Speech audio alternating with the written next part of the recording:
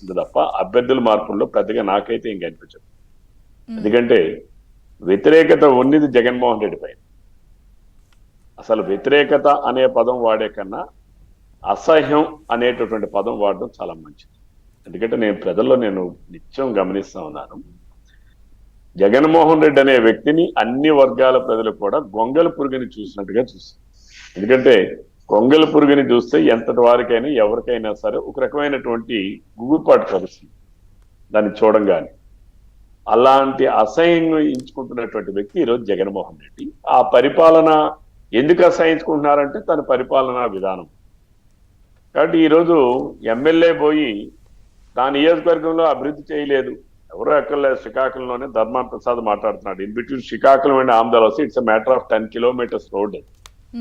ఈ రోజు కూడా దాన్ని గుంతలమయం చేసి ఇప్పటికీ 27 మంది చనిపోయారు ఆ రోడ్డు పైన ప్రయాణం చేస్తూ. ప్రమాదాలకి గురై ఎదురెదురుగా కావచ్చు, సెల్ఫ్ యాక్సిడెంట్స్ కావచ్చు, హిట్టింగ్ కావచ్చు, 27 మంది చనిపోయారు.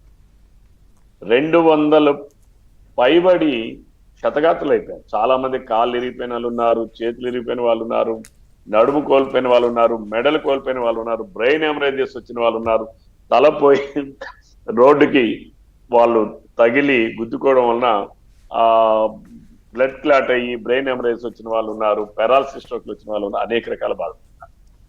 ధర్మాన ప్రసాద్ ఏం చెప్పాడంటే, మీకు పథకాలు ఇచ్చాం కదా, డబ్బులు రోడ్లు వేయమంటారు ఏంటని ఒకసారి. ఇంకోసారి అన్నాడంటే మా దగ్గర డబ్బులు లేవు, మమ్మల్ని ఏం చేయమంటారు, ఏం రోడ్డు అయిపోతే మీరు నడుచుకోలేరా అని చెప్పారు. అంటే వాళ్ళు అభివృద్ధి చెయ్యలేకపోయాము, నిధులు లేవనంటే ఆయన ఒక క్యాబినెట్ లో మంత్రి, ఆయన ఎమ్మెల్యే కూడా కాదు, ఆయన మంత్రి. ఒక క్యాబినెట్ మంత్రి ఆ రకంగా విచ్చలవిడిగా మాట్లాడుతున్నారంటే మరి ప్రభుత్వం మీద వ్యతిరేకత ఉందా, లేకపోతే శాసనసభ్యుల మీదే వ్యతిరేకత? నో డౌట్ కొంతమంది చాలా మంది శాసనసభ్యుల మీద వ్యతిరేకత ఉంది. ఎందుకు?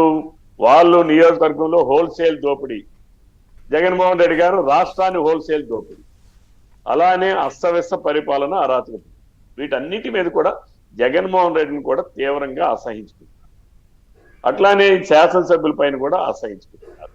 కాబట్టి జగన్మోహన్ రెడ్డి గారు మార్చాల్సింది, నేను ఇంత ముందు కూడా చెప్పాను డిబేట్ లో కానీ లేకపోతే మీడియాలో కానీ, అసలు ఈ 79 మంది ఒక 4 నెలల ముందే జగన్మోహన్ రెడ్డి మార్చేస్తే వీళ్ళకి బాధలు ఉండేవి కాదు కదా. వీళ్ళంతా కలిపి జగన్మోహన్ రెడ్డి మార్చేసుకుంటే, జగన్మోహన్ రెడ్డి ఎవడు వీళ్ళని మార్చడానికి, జగన్మోహన్ రెడ్డిని వీళ్ళే మార్చేసుకుంటే అసలు ఎటువంటి ప్రాబ్లం కూడా ఉండేది కాదు. వీళ్ళందరూ కూడా అది చేయకుండా ఈ రోజు ఇప్పుడు గగ్గోలు పెట్టడం, లేకపోతే బయటికి రావడం, లేకపోతే ఇంకోటి మాట్లాడడం అన్ని జరుగుతూ ఉన్నాయి. జగన్మోహన్ రెడ్డి పరిపాలన విధ్వంసంతో ప్రారంభమైంది కాబట్టి ప్రజలకు అర్థమైంది. ఆయన ఇందాక అంకమరావు గారు చెప్తున్నారు అమ్మ ఒడిని నమ్ముకున్నాడని.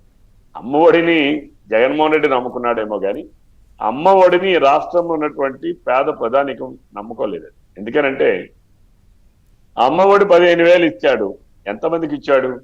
34 లక్షల మంది ఇచ్చాడు. కోతలు వాతలు పెట్టి నీకు అనేక రకాలైనటువంటి కండిషన్స్ పెట్టి, అది ఇస్తా, ఇదేమో, ఈ పథకం ఇస్తా, ఆ పథకం ఇవ్వమని చెప్పి అనేక రకాల కండిషన్లు పెట్టి సంఖ్యని కుదించాడు. కానీ ఉన్న సంఖ్య ఎంత? 86 లక్షల మంది విద్యార్థులు ఉంటే ఈరోజు ఆయన ఇస్తున్నది 42 లక్షల మంది. అంటే ఈవెన్ 50% కూడా లేదు. అది కూడా ఇప్పుడు ప్రజలకు అర్థమైంది ఏంటంటే, పెంచిన ధరలు ఏ ఇంటి గడపతో ఎక్కి మీరు దొక్కినా, మేము బాబు గ్యారంటీ, ఈ భవిష్యత్తు గ్యారంటీ కార్యక్రమానికి గ్రామంలోకి వెళ్ళేటప్పుడు, ఏమో మీకు జగన్మోహన్ రెడ్డి ఎమ్మెల్యేలు వచ్చి మీకు అది చేసాం, ఇది చేసాం, ఎంత ఇచ్చాం అంత ఇచ్చాం అని మాట్లాడుతున్నాడు కదా. ఏంటంటే, బాబు నాకేం వచ్చింది, మా ఇంటికేం రాలేదే, పెన్షన్ అది ఎప్పుడు వస్తుంది, ఎన్టీ రామారావు గారు పెట్టారు, చంద్రబాబు నాయుడు గారు 200,000 చేశారు, ఈయన ఆయన వచ్చి 5 సంవత్సరాల్లో 3,000 చేశాడు. కానీ మాకు వచ్చింది ఏంటి, పెన్షన్ ఎప్పుడూ వస్తుంది, కొత్త కార్యక్రమం ఏముంది ఇందులో, నా కుటుంబానికి ఏం రాలేదు. అలాగే చేయతుంది, నా కుటుంబానికి ఏం రాలేదు. అంటే పథకాలని కొందరికే ఇచ్చి అందరికి ఇచ్చాను అనేటటువంటి ప్రచారం ఆయన చేస్తున్నాడు. వాలంటీర్ల ద్వారా, లేకపోతే గడప గడప అనే కార్యక్రమం ద్వారా, లేకపోతే ఇంకొక అనేక మీడియా ద్వారా, మాధ్యమాల ద్వారా చేస్తా ఉన్నాడు.